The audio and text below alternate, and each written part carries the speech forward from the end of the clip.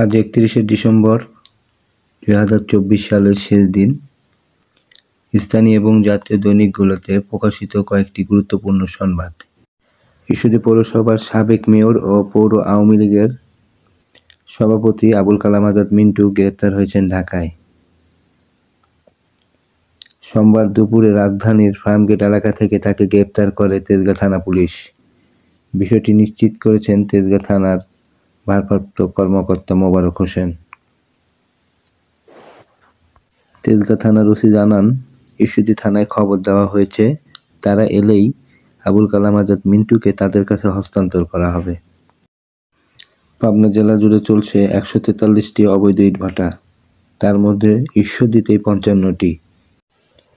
এতে ভয়াবহ হুমকির মুখে পরিবেশ এবং জনস্বাস্থ্য, পাশাপাশি মাটির যোগান দিতে কাটা হচ্ছে কৃষি জমি।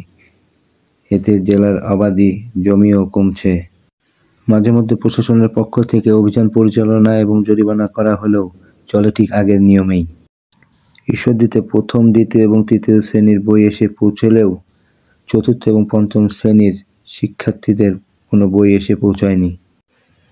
ফলে এবার বছরের প্রথম দিন বই পাচ্ছে না ঈশ্বরদীর চতুর্থ এবং পঞ্চম শ্রেণীর শিক্ষার্থীরা। ঈশ্বরদী সরকারি কলেজে 10,500 শিক্ষার্থীর বিপরীতে শিক্ষক সংখ্যা মাত্র 33 জন। কলেজের অধ্যক্ষ প্রফেসর এস.এম. রবিউল ইসলাম জানান, জাতীয়করণের পর অনার্স কোর্স চালু সহ কয়েকটি নতুন বিষয় খোলায় বেড়েছে শিক্ষার্থীর সংখ্যা, কিন্তু নতুন করে শিক্ষক পদ সৃষ্টি হচ্ছে না।